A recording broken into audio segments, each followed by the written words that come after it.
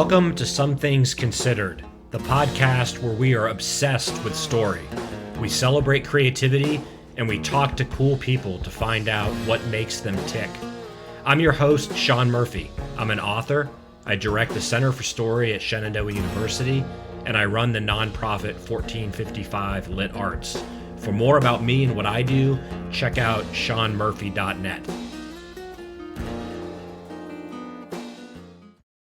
Hey, everybody, welcome back to Some Things Considered. This is the podcast where we're obsessed with creativity. I love celebrating story, and I do it as often as I can. I'm Sean Murphy.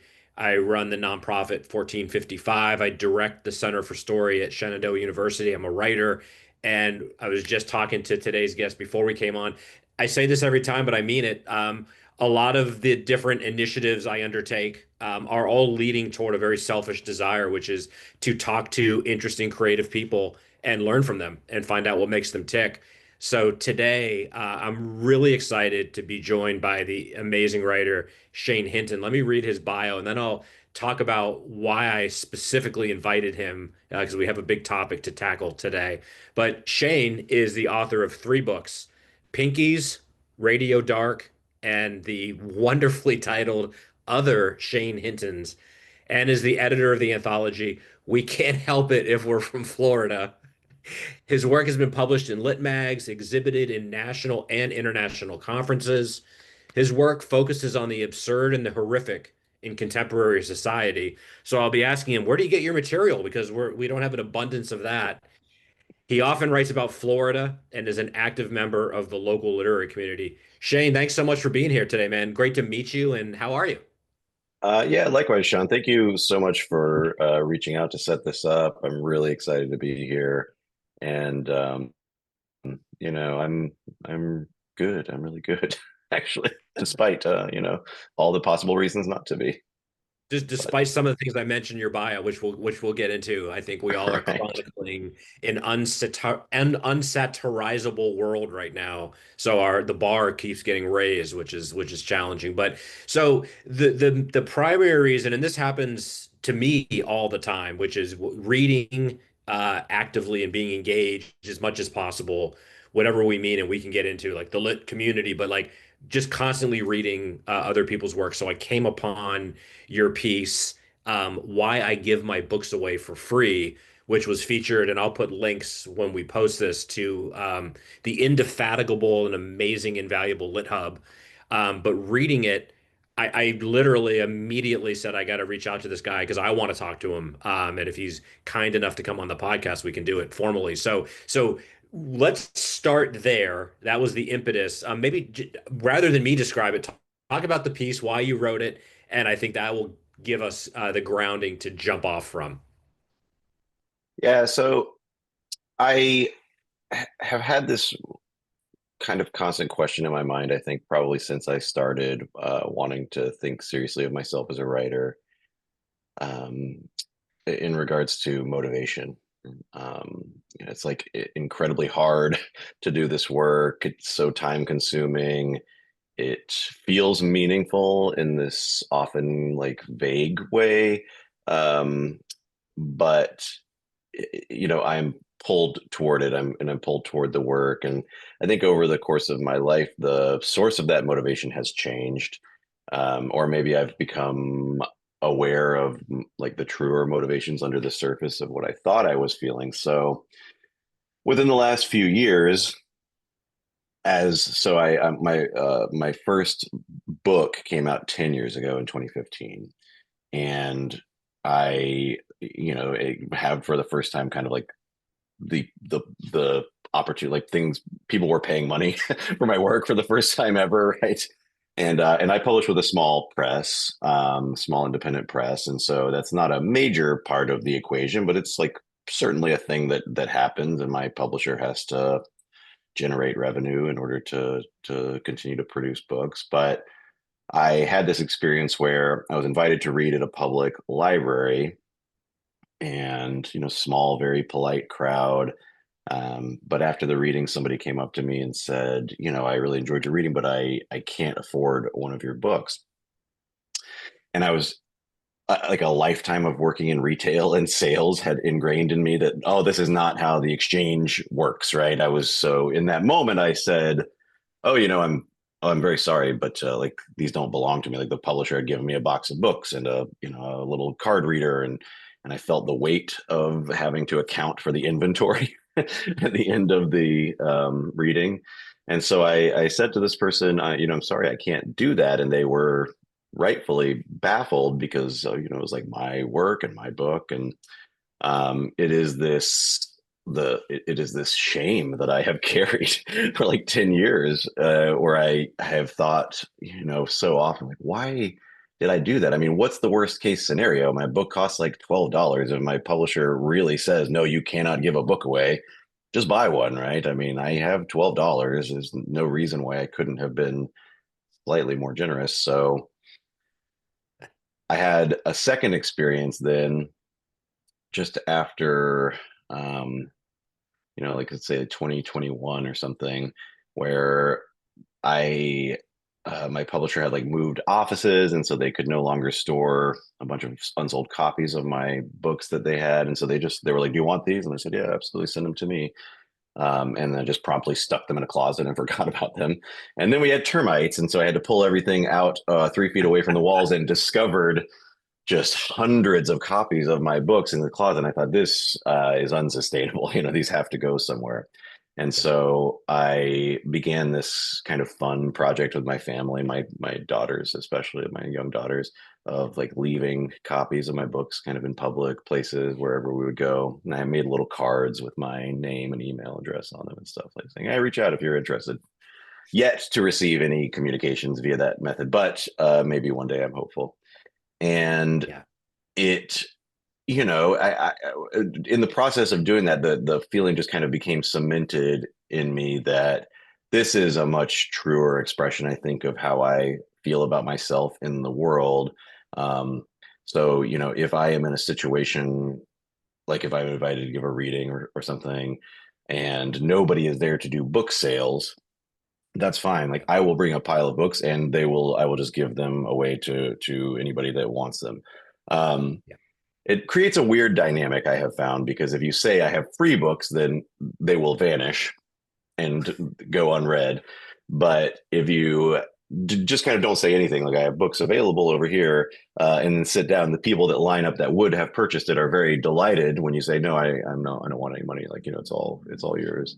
Yeah. And so kind of just asking for a little bit of investment of interest or something, I think has turned out to be a Yeah. good technique. But yeah, so the piece is basically about that process, and really about, um, thinking about myself as a different kind of writer than the one I imagined I might be when I was an 18-year-old, influenced by the knowledge of the lives of all the writers that had come before me. And ultimately, just kind of like being really contented with that. Actually, my life is really good, and I don't feel like I have to sell a bunch of books to validate that I'm doing something meaningful. Yeah. Um, and that's like a really nice feeling to have, actually. Um, yeah. Well, so I mean, I think there's so many layers of that onion we could unpeel. I think on philosophical, artistic, and cultural levels. First and foremost, I hear you, and as it happens, and I told you when I first reached out to you, that's been my practice. And it really comes from a place I think it originates from a place of genuine modesty. Like, if anyone expresses interest in reading my work, especially like my poetry, I'm like, have at it. That's why I do it. And I've been at readings where, someone comes up to an author, a co-author, or if I'm on a panel, and they very eagerly charge, which they can and should do. But you see how that interaction occurs, and I always kind of am thinking to myself, most of us, especially of a certain age and with certain years of experience, have made peace with the fact that we're always hoping, I think, on every level to be successful. It would not suck to get the Netflix deal. Like, all of that is a very healthy, I think, aspiration. But the reality, and has always been thus, is that so few writers make a comfortable living. Then you start really getting into like brass tacks. Like, Is selling a few copies of your book going to make a difference materially? No. Does it make you feel more valid as a writer? That's where I defer to any author and say, you got to do what makes you feel right. But I think you and I share kind of, a solidarity as it relates to it gets a little deeper in what are we doing this for? Yes, if we can make money, who would begrudge us that? If we can be famous, who would begrudge us that? But most writers at whatever level they're at, there's a fundamental desire to connect and communicate. And for me, I'm fully happy to own this comes from a place of a writer over 50 who hasn't become rich and famous. So I'll own my modesty has definitely been reinforced by reality, but I can say that it definitely does originate from a place of in a world where there's ever more content, a lot of it free, there's almost an audacity to expect someone to both be interested in your work and pay for it. And I can hear a lot of people in and outside the industry saying, thanks a lot for further devaluing the work we do. It's not coming from that place. It's really more about what do we need and want as individual writers. And I think you've already articulated that. But I love how there's an inherent dichotomy even in having this discussion, because it's like we need to be talking about why writers need to promote and get their work out there. And yet, if we're taking money out of the equation, what is the point? To me, and I think you've already said it, the point is to write the books and have people read them, because otherwise, no matter how much money is involved, it's pretty empty. Mm. Yeah, and I will absolutely say, I mean, this is not something that I moralize for other people. I Yeah. think everybody has to figure out what makes sense to them, and I know plenty of writers um, who do cover expenses to, make it to events based on the backs of like a few book sales, right? And so I think everybody has to find their own way, and furthermore, I spend a lot of money on books, by small presses, and I'm happy to do so, and happy Yeah. to have them on my shelves. But I think personally, for me, I'm just uncomfortable with the idea of I as you just said there, right? I think that the value of what we do as writers really lies in making a connection with someone else, and that's again a value that for me and myself, right? Like the value I think of why I continue to commit the time and energy to do this thing that I don't know often is isolating in and of itself, just because it takes so much time to sit and produce the work and tinker with sentences, and then furthermore is like not largely not valued by the culture that we're in. And um I would the only motivation that I have found strong enough to draw me through continuing to produce the work is the idea that it will lead to a meaningful exchange. And so when the opportunities arise for that exchange to occur, I want to remove as many barriers as possible, right? So I am happy to pay for my, time and finances permitting. But like if I get invited to come somewhere, I go, right? And if that means I pay for a hotel room and I pay for a plane ticket or gas to get there or whatever.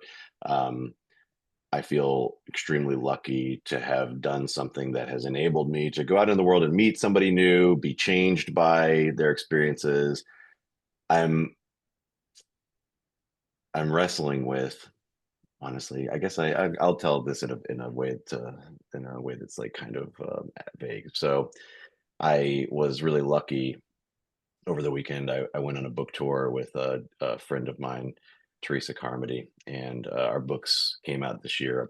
Our new books both came out this year, and so we went around the state of Florida and did a few little events, and it was really really fun. And we had one event in particular where we just kind of like read the room every night to see what we might do, and whether it would be more of a reading or more of a conversation. And this one event Yeah. felt very much like a conversation space. And we just started kind of asking questions of the people that were in attendance, and I was so awed by the things that I was learning about people that they were willing to share with us strangers, whose books like they had not read or anything, they just like showed up to an event. Um, and it felt like this just kind of extraordinarily beautiful moment that I was permitted to have. People that I Totally. never would have come across otherwise, Right. purely because of this vehicle of having a new book out, and therefore kind of justification for going out and doing something in a city Yeah. that I don't live in. Yeah. Um, and you said the word, used the word modesty a minute ago, and I think about that word, and certainly like in the past, I would have called myself modest. Although, if I'm honest, I think it was kind of a false modesty. Um, the word that I am more preoccupied with lately is humility, and to me, that means just trying to have as accurate a perception of who I am as possible, not overly inflated or um, overly negative. Uh, and and that I was sitting in this, very small event a few days ago, just kind of listening to this person share this really gorgeous story. It kind of washed over me that, like, oh, this is what you're here to do. You're just here to share and hear interesting stories and be moved and changed, and that's like a good life. I can live that way. I mean, so amen. Cheers, kudos. And I think again, like what I think resonates about what you wrote and this whole discussion is there are other also even if I totally accepted the conditions that I'm personally devaluing artists by having this opinion. Okay, I mean, I'll be happy to debate that with anybody, but we're talking about in an American culture in the 21st century. I think it's very healthy to recognize there are a lot of ways to measure success, not just as a writer, but as a human being. And if that sounds, I mean, I'm actually wearing a shirt that says "Make America Hippie Again," but like, if that sounds a little bit too, new age, I mean it very genuinely, which is to say, of course, one way to measure success and an investment of time is to get paid commensurately. Sure. But having conversations or being kind of awed by the fact that you are in a place you don't live and people are leaving their house to come out and hear you read, there is something very humbling about that.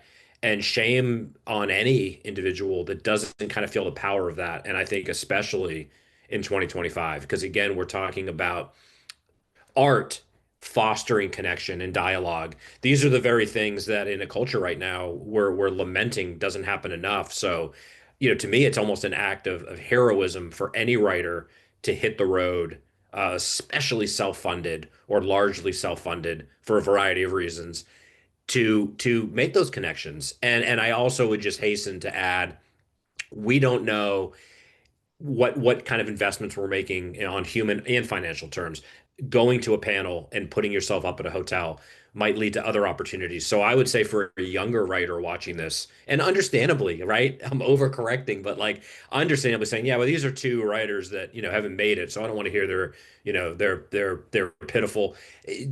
All of this is a negotiation with a future we don't know. And I think being available, connecting with readers and other writers is a sign of solidarity, and it does lead to opportunity that can't be measured financially, although it could be eventually.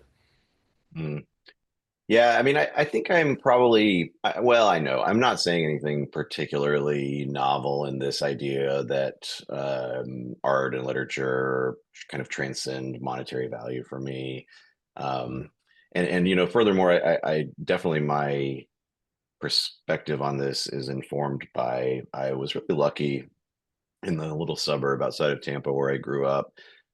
There was this punk rock record shop, and um, we would like hold fundraisers and press records and distribute them for free. And we would, we made zines that were, everything was always free. And so this was really deeply ingrained in me from a pretty young age. This idea that um, or this kind of undermining of the assumption that every piece of culture needs to be assigned some sort of a commercial quality, because I mean, whatever. Like, I still love a lot of that work that we were doing. There was really great writing being done. There was really great music being produced, and all of it was very, very particular to the place that we were living and having all these transformative experiences. Um, so it's just a value system that has informed my whole life, really. And so it's not surprising, I guess, that eventually I would come around to realizing that it's also true of, like once I started trying to maybe do something more traditionally literary, that I would have that realization too. But I would also say, your point is totally valid, and I say this to students all the time. Like, I have never written a query letter to an agent.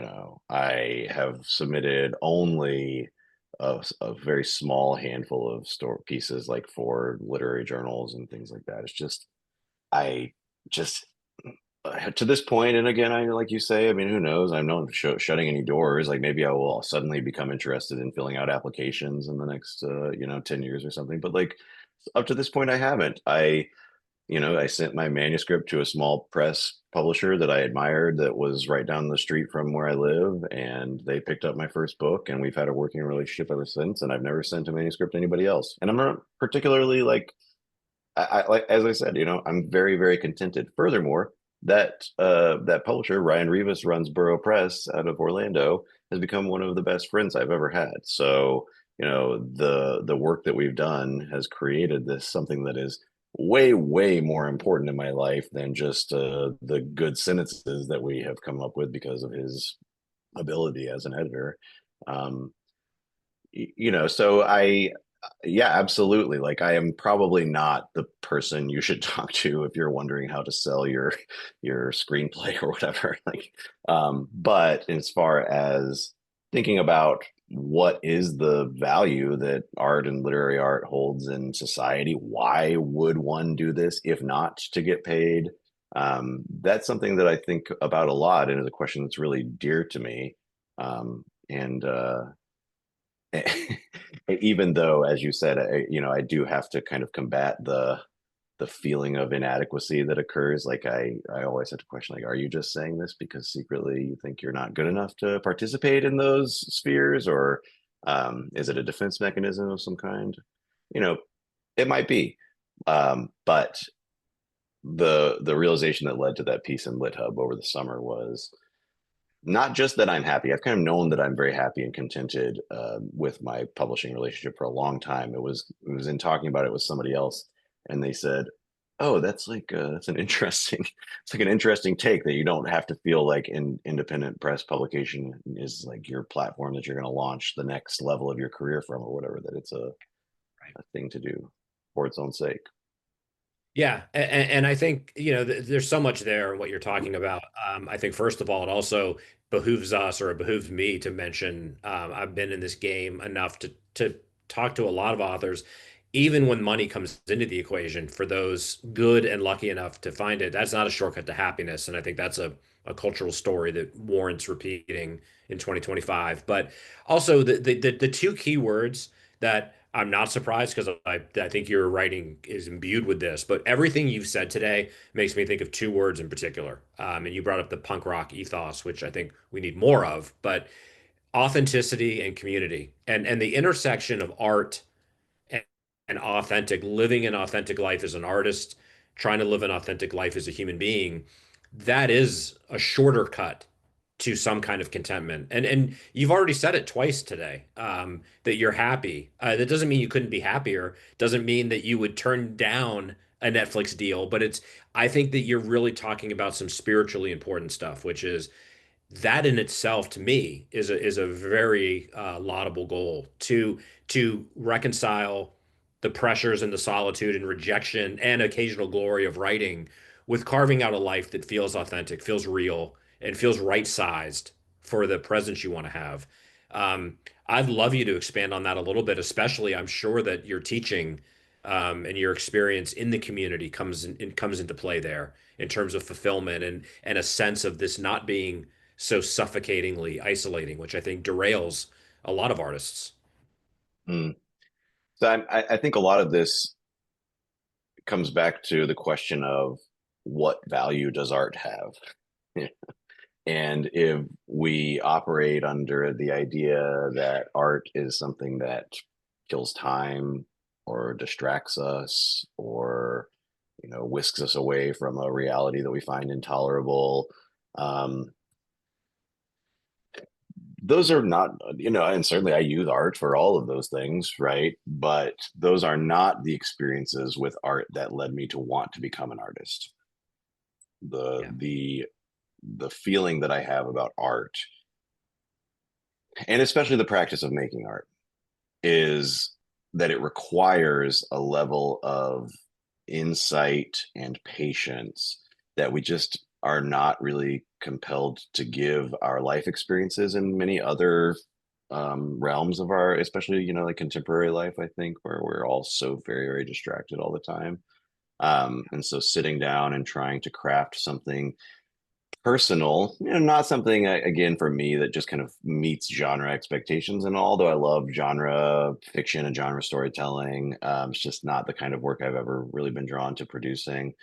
Um, so the process of sitting down and trying to take my life experiences, shape them into something that I think accounts for the problem of holding somebody's attention and making them, share the journey with me, I believe makes me a slightly better person.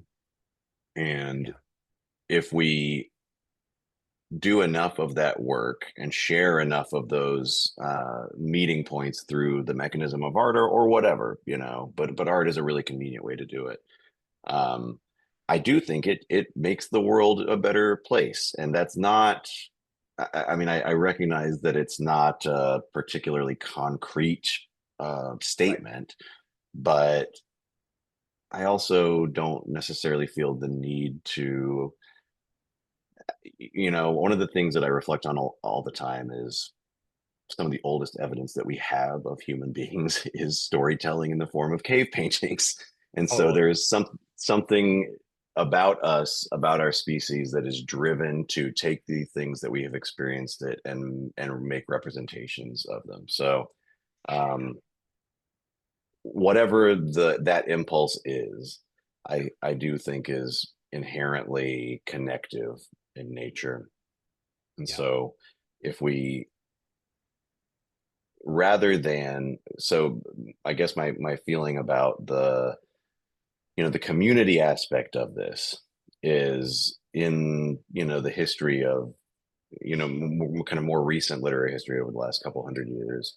We've developed this idea that the artist or the author is this person on the hill that is like unapproachable. And I can definitely say, I mean, as a young person, that was what I aspired to. Like I wanted the respect of being held in that position in society, sure. right? Yeah, But that is not, that does not represent a very significant proportion of the communication that happens between humans.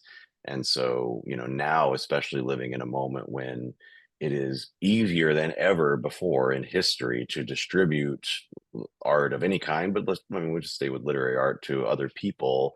Um, it seems kind of silly to prize that old model of what it means to be an author or an artist, in the face of the reality, which is that we could all be. I mean, that I could, the numbers always escape me, but the number of books that are self-published on Amazon daily, it's like this absolute torrent of, mostly probably sadly kind of communication that is like actually going out into a void with no response. But uh,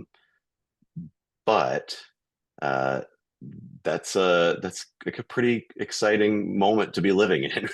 you know?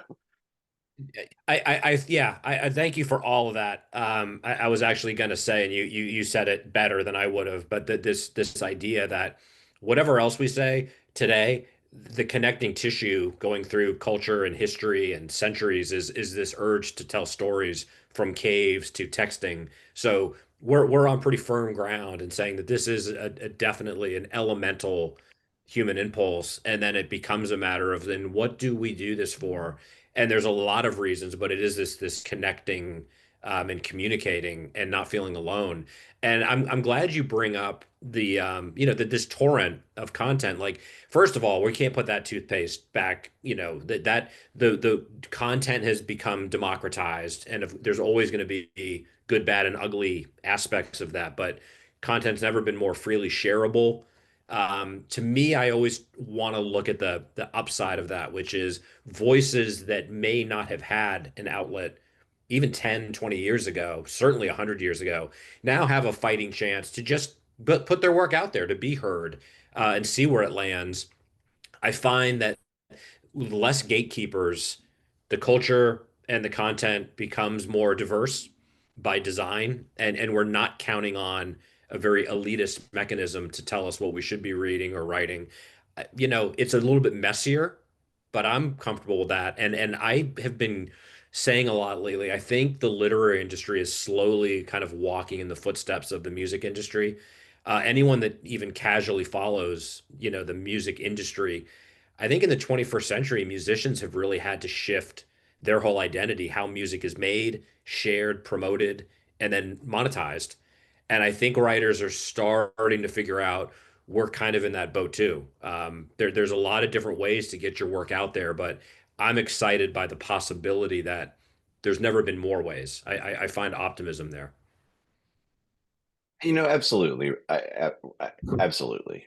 I think, as especially as I get older, it's one of those impulses that I want to resist, to say like, oh, things are not as good now as they were 15, 20 years ago or whatever, because Yeah, that's literally every generation throughout totally. history says this, right? So, Yeah, and it always, every time, it always is a ridiculous position to take. So, rather than thinking, because there are, I think, things that are a little sad about people's um, energy being dedicated to the craft of, like, so writing a book, for instance, then they feel intimidated by the process of publication, and so they well, I can click three buttons and it's up on for sale on Amazon by the end of the day, um, in an ecosystem that is not going to be receptive to that energy, right?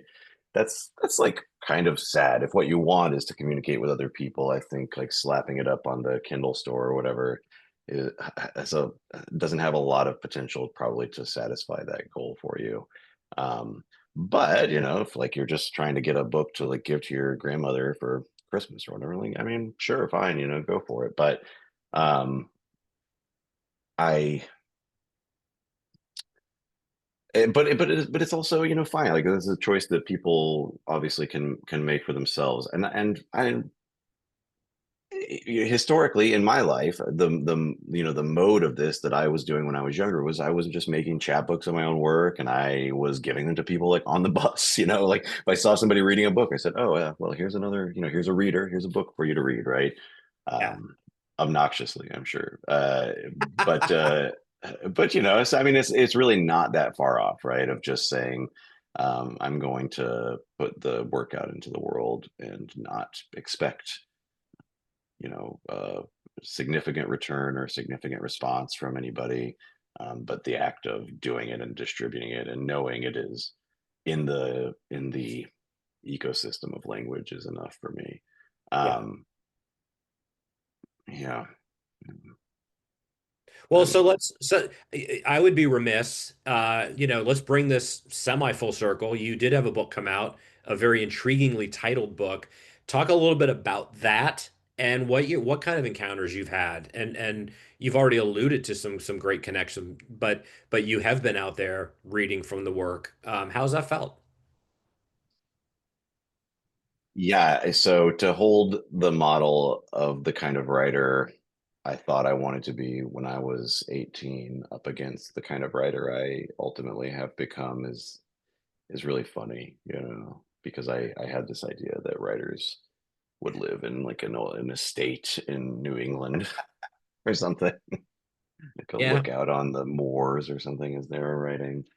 And the truth of it is that I teach, and again, a privileged position because it's a job that for which I have to continue to write and publish in order to remain up to date in my discipline, but also that gives me enough time, and it kind of part of the job is doing the creative work. So I have this kind of professional motivation to continue producing work. Um, but what I have found is I cannot simply sit and write in a vacuum. I need encounters with other people. I need to go out into the world. Even though my most basic impulse is to just like squirrel myself away in a hole somewhere. Um, the kind of writing that produces is not very interesting because it is the discomfort of having to wrestle with other people's attitudes and their experiences of life that really makes me reflect much more productively on my own outlook on life, that from which I think the best writing emerges. So yeah, this book has been really I mean, I will cry if I start talking about it too much. So this book has been great. I mean, like I said, I have been working with this publisher for 10 years. They've published all three of my books, plus the anthology that you mentioned at the beginning of the podcast here that I edited. And I gave a reading in Orlando the other night, and it was, I was there was an attempt to record the reading for another podcast, and that failed, and I was really relieved because was just sobbing the whole time, and yet here I am coming on a different podcast and telling you about it, so I just kind of defeats the relief that I felt a few days ago.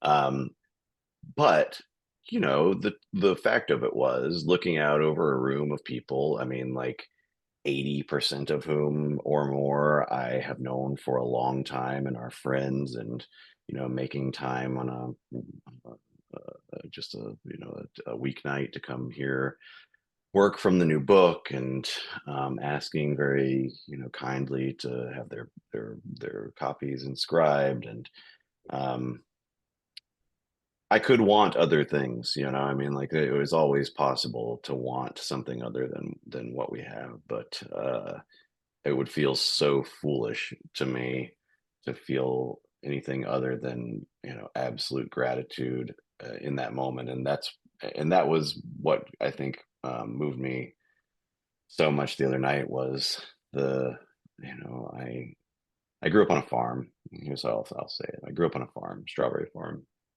Mm, And my parents were very supportive of everything I ever wanted to do, but nonetheless, I mean, and I was in love with literature and books from a young age, probably largely because there were no other kids out there. So I had a lot of yeah, time to fill, and I would just take a book and my dog and go out into the woods and sit and read.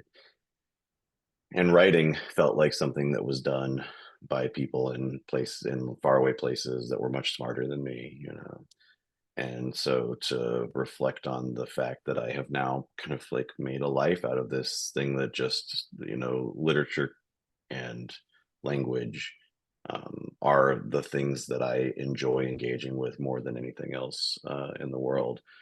And now that is my life. I teach, and I get to the absolute privilege of walking into work in the morning and talking to students about their stories and stories that have come before ours, and how to understand ourselves in conversation with history and as part of a tradition, and also to think about how we are um, what this moment in history has to contribute to that tradition, and how we can express those things. It's an incredible privilege.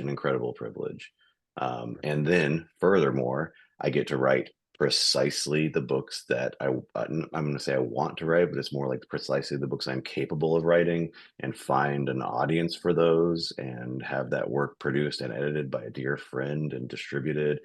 um, I, I mean, truly, like, what it would be, um, it would devalue so many beautiful things for me to say, well, but sure. need that award or whatever. Yeah.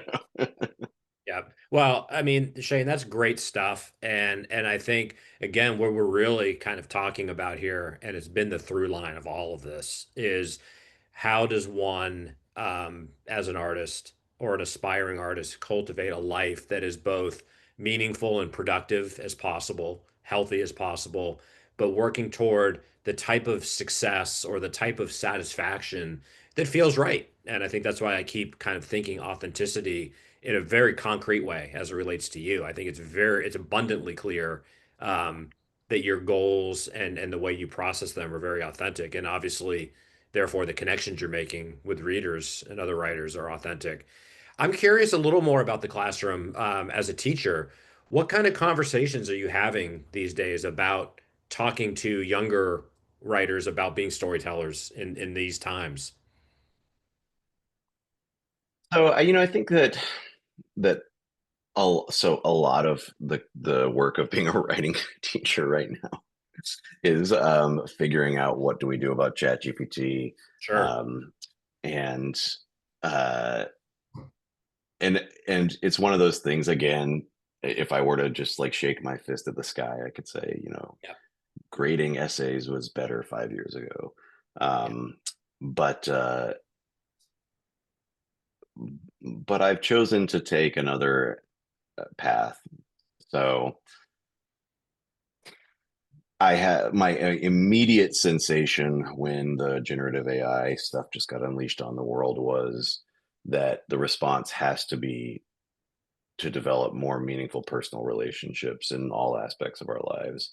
Yeah. Because the appearance of communication that it is capable of producing is not actual communication. And ultimately, it's kind of sad that the appearance of communication can check so many of the boxes of how we expect to interact with each other. So I, especially like this semester, I've really decided to lean into just being very much who I am in the classroom. And one of the things I have been doing, and I teach creative writing and composition. And one of the things I've been doing in all my classes is we read the very first thing we do in class is we read the poem of the day from the Poetry Foundation together. And I'm very open with them. I mean, this has no relationship to what we're learning. It's just because I like to read these, and hopefully, if I spend a little bit of time showing you the things that I am noticing in a poem, that it might give you the tools to appreciate poetry. And it's been funny, and I don't know. Sometimes, obviously, it's students might be kind of goofing on me, but like. People kind of seem to be genuinely excited to find out what the poem of the day is. Oh, And that itself is the case for, why not to just rely on software that approximates communication using probability, right? Because we are experiencing the significance of how this can change us. So, in the fiction classroom, I feel I have a lot fewer of these issues because people kind of tend to come to a creative writing class with some interest in actually participating, whereas in composition they're compelled to be in right, there. right. So, um, but I'm really admire. I don't see this surprisingly. I see kind of not that often in student work, but I really admire people that are willing to represent the way that we interact with phones or something on the page because it feels so to me like feels so out of place and difficult to write about. um but it's one of those things. It's like if you are writing something that's really really true to the experience of living this year, um it would be kind of disingenuous to not include something about the fact that the technology constantly accompanies us in every interaction that we have. So I'm always pushing students to think about that, at least even if you don't necessarily venture there in your creative work. This is like this informs your experience of the world, right? You are walking around, so many of us, with a level of mediation between you and whatever the experience that you're having is, right? You know what does that do to us? Right. Right. Well, I'm delighted and grateful to hear that you use poetry in the classroom because I think for me that also scratches a lot of pedagogical and cultural issues because I've been on panels in the last couple of years where uh, per what we talked about earlier, older teachers or writers are lamenting kids don't read anything anymore. You can't get them to read. Kids definitely don't read poetry. And I always kind of want to sardonically say, have you read them poetry? Like demystifying that the act of writing and reading poetry is the first critical step and is one we were taught in the 20th century. And I do think we've lost our way, like by kind of both elevating and marginalizing even the act of poetry. Like you need to be a certain type of person to even understand this. And that goes against the impulse that created it in the first place. It talks about a certain type of poem and a certain type of teacher, but I think poetry in the age of AI is the ultimate gateway to having meaningful conversations about what's human about this, what connects it from, more primitive times to super technological times. And that through line is it's someone expressing the types of feelings and experiences that we all have. So rather than walk away from poetry as being just too esoteric and advanced for, say, a freshman, I think it's the ideal point of entry. So it gives me a lot of it moves me that you've hit upon how to effectively use that, and you're both turning people onto it and again demystifying what shouldn't be a very lofty discussion. Yeah, and so often, it's just the act of kind of careful reading that an 18-year-old, so I recognize I was an edge case as an 18-year-old. I had read a lot and I loved literature already. And many people, even when I was 18, like I didn't share that experience with the majority of my peers, right? Right. Um, but now I think even less so. I think, there are just more options people have. It's even for me, it's easier to pick up my phone than it is to pick up a book. I have to make a conscious choice to say, put in the mental effort and because I know the reward that's waiting for me. So I I don't, I make no pronouncement about why or what it means about them that they don't necessarily notice patterns in a piece of poetry because they haven't been thinking like that, But it's pretty, and I'm not a scholar of poetry. I mean, I love it. I love reading it. I've studied, techniques and things, but um, I have colleagues that are way better versed in how to decode that stuff. But I can notice things just as as an active reader Yeah. that I am sure slip by them, and it's really a pleasure to point out some things and see them recognize, oh, interesting, yeah, that kind of sound is the same, even though it's not beating you over the head with a rhyme scheme or something. It's a little bit of consonance, or it's a little bit of Right. like gentle alliteration that you might not notice. Yeah. It's and is not dissimilar to how I lived on the west coast for a few years in Portland, and when I was in school and I studied, I took geology classes and at the community college there, and then would go out and look at the mountains and see them in a totally different way, right? Yeah. Because now I'm understanding the processes of what produced this peak in the sky. And so I think about that a lot. I've just Yep. hoped that I could communicate enough to them of the process that underlies this thing that, like you said, is so mystifying for many people, that you don't come to it with absolutely no frame of reference, but you can start to see, oh, here are things that make this, that evidence the hard work that goes into the creation of it, and that furthermore, I can appreciate the beauty, just like I could appreciate the beauty of the stratification of the layers of lava flows or whatever, and see them for a historical record for the first time, rather than Yeah. just lines on a rock or whatever. Yep. um, and that's again, right, like, though, so one of the first things I say to students at the beginning of the semester is, listen, I love literature and language more than anything else in the world. Yep. And I know that you don't. It's probably, or first of all, I ask, Right. are there any English majors in here? And there very rarely are.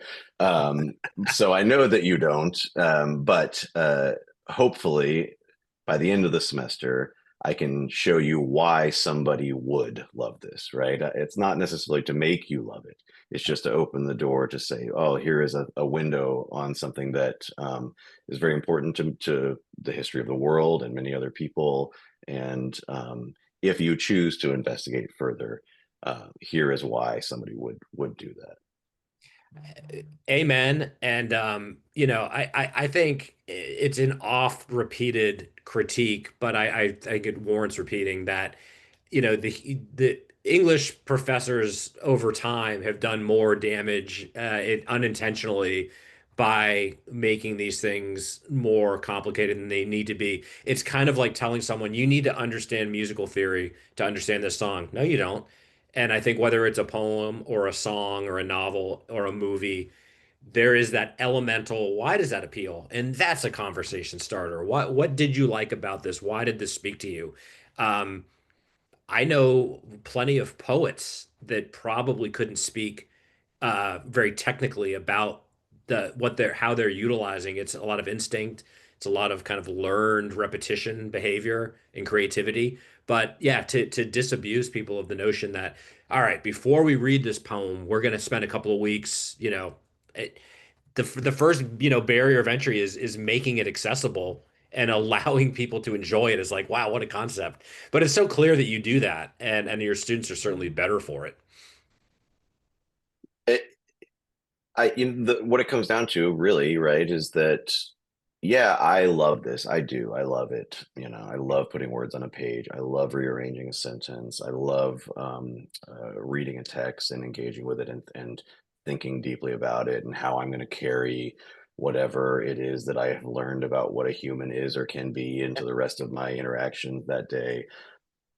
But more than that, I believe in it, and I think there is. I do kind of have to fight my own cynicism sometimes in worrying that as people engage less with the kind of long form written word, that there's this level of deep consideration that also kind of falls away. My children, for instance, like again, I don't moralize that people can do whatever they want, but I do in the like short form video content that's become the method with which we kind of consume things online over the last 5 or 7 years or whatever. I can just actively feel myself deteriorating when I engage with it, and so I Yeah. choose not to. Yep. And my children are young enough that they just get kind of pulled into the dopamine cycle of that. So like I'm speaking of my younger children. My oldest is 19, and he made a conscious decision a few years ago. He was like, I'm not doing this anymore. Like at 17 or something, he's like off TikTok, not watching, the reels on Instagram. Um, and for my youngest, because they just all they experience is the desire for more that provokes in us, right? And so I had to kind of rationalize it with them. I say, listen, I just want you to think essentially about the level of effort that goes into creating one of these, and it's I mean it's not nothing, but it's kind of minimal, right? Like it's crafted, but only so much so, right? So just in our household, what I would like you to engage with are things that people have really taken a lot of time to shape and think about, and whether that's television or film or music or whatever. But I just don't Yep. want our household to be a place where we are primarily consuming things that are just kind of very minimal effort productions, right? Like again, I don't well, it's great. People spend a lot of time being influencers, and I'm sure it's like a Sure. perfectly happy life for many of them. Right. But it's hard not to see them as just kind of a function of needing to keep me plugged into a technology that has very suspect motives to exist in the first place. Yeah, and I think, fast food nation, right? Like you get out of life what you put into it, whether we're talking about the preparation of food and organic, contents or mass-produced junk. Ditto the online experience. But where I find optimism, and it's definitely a recalcitrant optimism, but I really believe it. I think despite kind of the prevalence of AI and the threats and the opportunities inherent, et cetera, and social media and so forth, attention spans, I do think a lot of this, and your older son is an absolute evidence of this. I think enough exposure to that is having some people absolutely crave authenticity, and crave something that has come from a human, made by a human, or that they can express and share with a human. So certainly, I find a lot of hope there. Sometimes bringing something into the light, there's that saturation and overexposure when you're being barraged with it. But I think enough humans have always resisted that siren song of convenience and mindless engagement, and people want the real thing, which is what we started this conversation with. Like this, what is the impulse to tell stories? Mm. And I also think too a lot that there is a purification that happens when something falls out of favor with the culture that is disheartening. But if you are one of the keepers of the faith who remain invested in whatever that artifact is, Mhm. um, but rarely is that fall from grace permanent. Like it's always, or everything is cyclical. It is, I think, becoming apparent to me that, 15 or 20 years ago, I would have said, well, like flash fiction is going to save us or something, and like, and I do think there's something to that shorter content is kind of more catered to the way that we engage with the world. But flash fiction hasn't saved us, so Yeah. maybe that was like a misplaced hope on my part. But um, I think a lot about, I started skateboarding in the early 90s, like when it was just starting to kind of come back around into the culture because it spent about a decade really being unpopular and not commercially successful. And I mean, I remember going to see Tony Hawk, like at the county fair, like giving a little demo at the county fair, right? Because he was just trying to like make a rent payment or whatever. Yeah. And it's like, I mean, it's funny to think about now, but he had gone from really successful to scraping by, and now, of course, again, kind of in this celebrity position, really successful. Um, and it was what I remember thinking back then is being grateful for all of those people who had preserved this for when I was ready to come in and experience it. Yeah.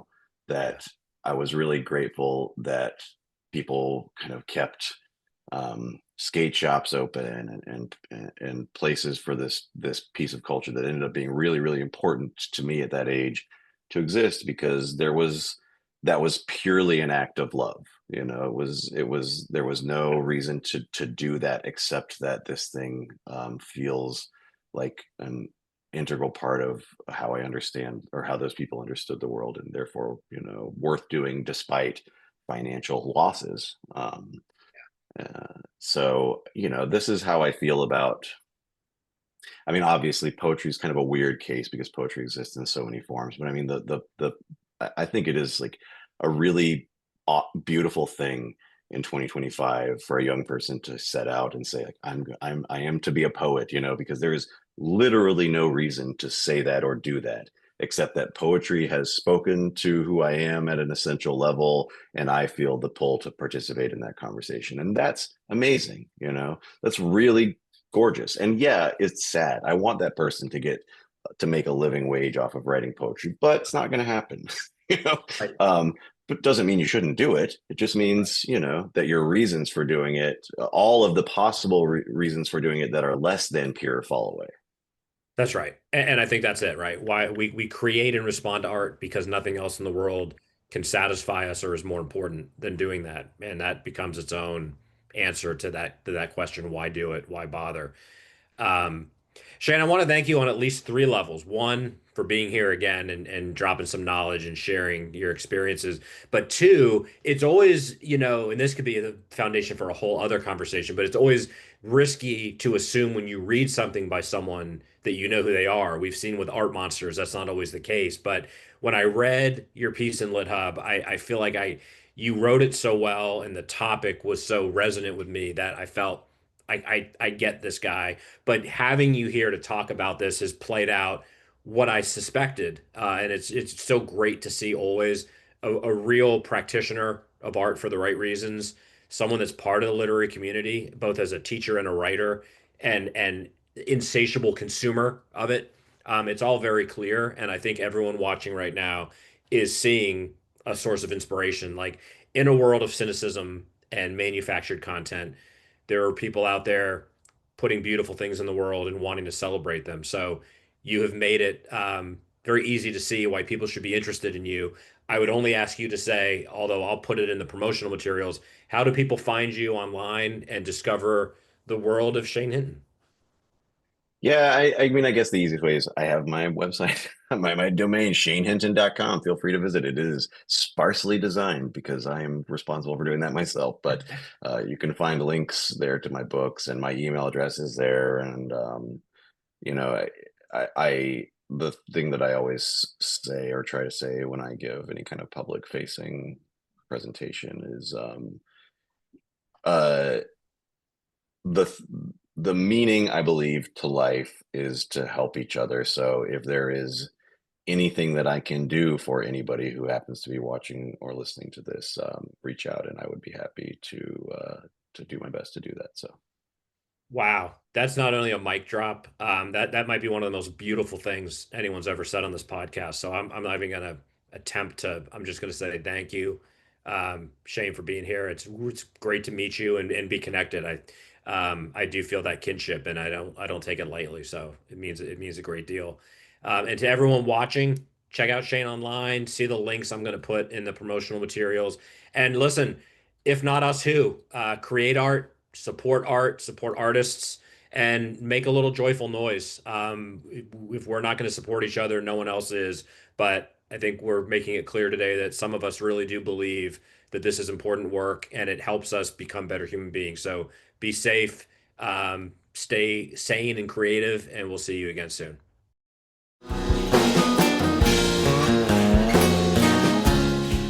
Thanks for tuning in to Some Things Considered. Find out more, including how to be a guest, at seanmurphy.net. Reminder, we are obsessed with story and celebrating creativity. Also, we're here to advocate for the arts by any means necessary. Drop us a line, get involved, and support our creatives who are the lifeblood of our culture. I'm Sean Murphy. See you on the next episode of Some Things Considered.